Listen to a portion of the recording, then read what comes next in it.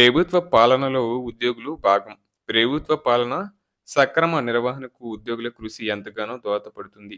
ప్రభుత్వ పథకాలు కానీ, సంక్షేమ పథకాలు కానీ, అభివృద్ధి కార్యక్రమాలు కానీ, విద్య, వైద్యం కానీ, రాష్ట్రంలోని వివిధ శాఖలకు చెందిన పథకాలు ప్రజలకు సక్రమంగా అందాలంటే ఉద్యోగులు నిజాయితీగా, మంచిగా పనిచేయాల్సి ఉంటుంది. ఉద్యోగులు సక్రమంగా పనిచేసేటప్పుడు మాత్రమే ప్రభుత్వానికి మంచి పేరు వస్తుంది.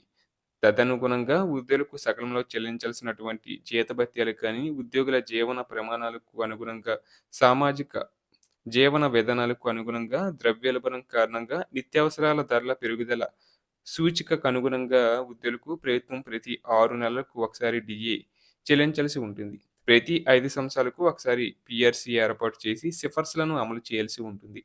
ప్రస్తుతం తెలంగాణలో శివశంకర్ చైర్మన్‌గా రెండవ పీఆర్సీ కమిషన్‌ను అక్టోబర్ 2, 2023న ఏర్పాటైంది. తెలంగాణ రాష్ట్రంలో 2023 అసెంబ్లీ ఎన్నికల సందర్భంగా కాంగ్రెస్ పార్టీ తన ఎన్నికల మేనిఫెస్టోలో ఉద్యోగులకు, పెన్షనర్లకు ఇచ్చిన 2 ముఖ్యమైన హామీలను ముఖ్యమంత్రి ఒకసారి పరిశీలించాలి.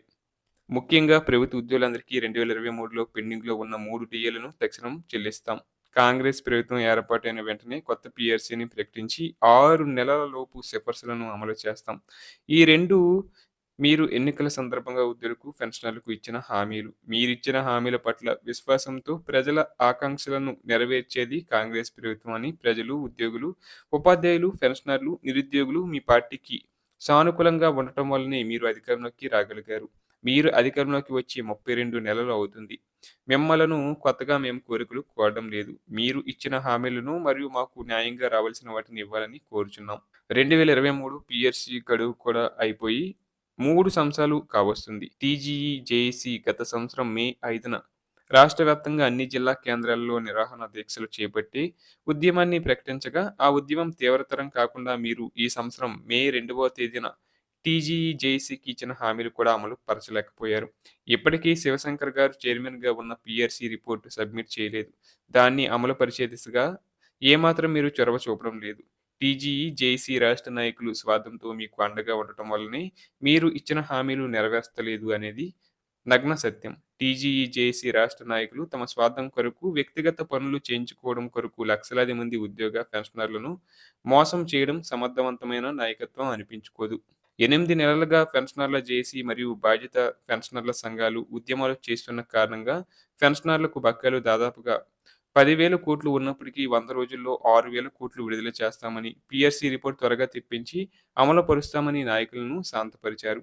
జూన్ 2వ తేదీ నుంచి ఈహెచ్ఎస్ నగదు రహిత వైద్యము ఉద్యోగుల 1.5 కంట్రిబ్యూషన్‌తో అమలు చేస్తామని చెప్పి 3 నెలలు కాలయాపన చేసి జూలై 17న లాంఛనంగా నగదురహిత వైద్యమని కార్పొరేట్ ఆసుపత్రుల్లో చెల్లుబాటు అయ్యే విధంగా ప్రారంభించారు. కానీ 15 రోజులు గడిచినా కార్డులు విడుదల కావడం లేదు.